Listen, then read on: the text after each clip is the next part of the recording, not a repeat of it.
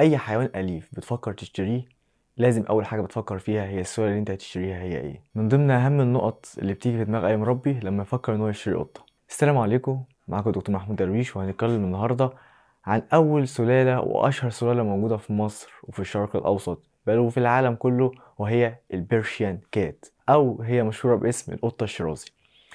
دي من اقدم السلالات الموجوده، وطبعا الاصل بتاعها يرجع التاريخ بتاعها ان هي اصل ايراني. وجينا في القرن السبعتاشر بعض الناس الأوروبيين هربوها من إيران لأوروبا. يعني معنى كده إن الأصل بتاعها مش أوروبي، لأ الأصل بتاعها إيراني، يعني بمعنى أصح إن الأصل بتاعها يرجع للشرق الأوسط.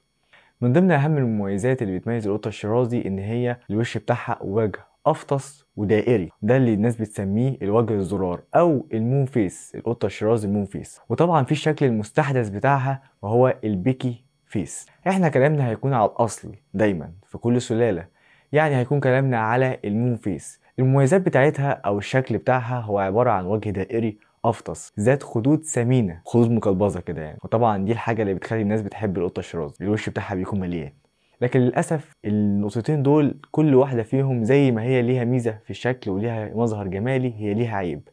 الوجه الافطس بيخلي فيه كيرف في الانف، وطبعا ده بيأثر على القناه الدمعيه. عشان كده من ضمن الحاجات المشهوره في القطط الشيرازي ان بيبقى فيه ظاهره الدموع بتنزل كتير وبصوره بتخلي المربي يبقى مستغرب.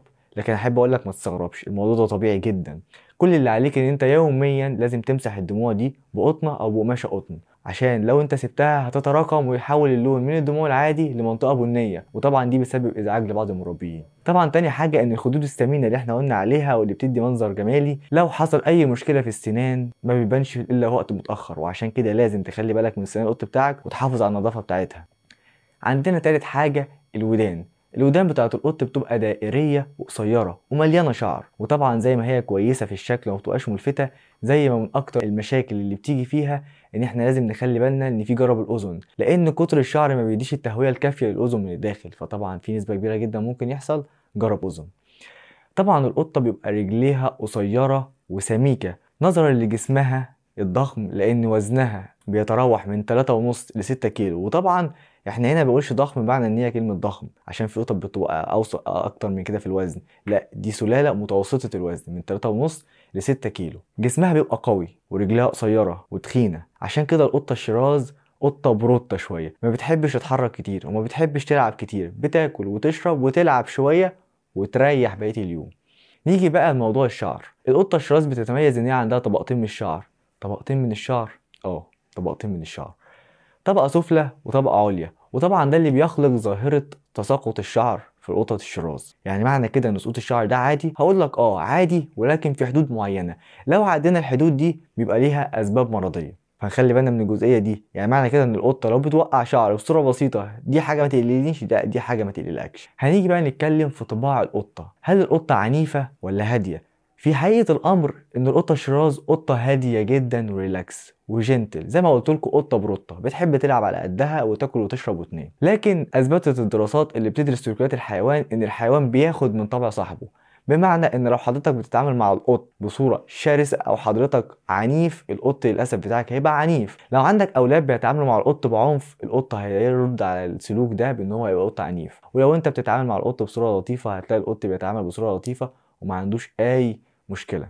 يبقى دي الجزئيه ان القط الشراس قط هادي. فلو حضرتك عايز قط هادي وبسيط انا بنصحك بقط الشراس.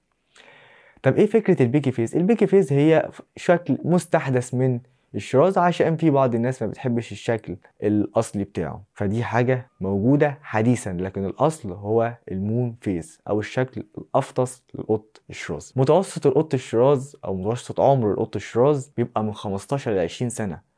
بس انا القط بتاعي يا دكتور معاش 8 سنين حتى ولا 9 سنين. هقول لك ان ده بيبقى نتيجه للنظام الغذائي والحاله الصحيه. لو حضرتك ماشي بنظام غذائي كويس جدا، لو ماشي بالتطعيمات والادويه بتاعته كويس جدا، هتلاقي ان القط فتره العمر بتاعته ممتده معاك لاقصى مدى. انا كده خلصت كلامي عن القط الشراز او البيرشيان كات. يا رب يكون الفيديو افادكم. هستنى كومنتاتكم وارائكم، واكتبوا لي اي استفسار عن السلاله في كومنتات، واكتبوا لي ايه المواضيع المهمه اللي انتوا عايزين اتكلم فيها الفتره الجايه.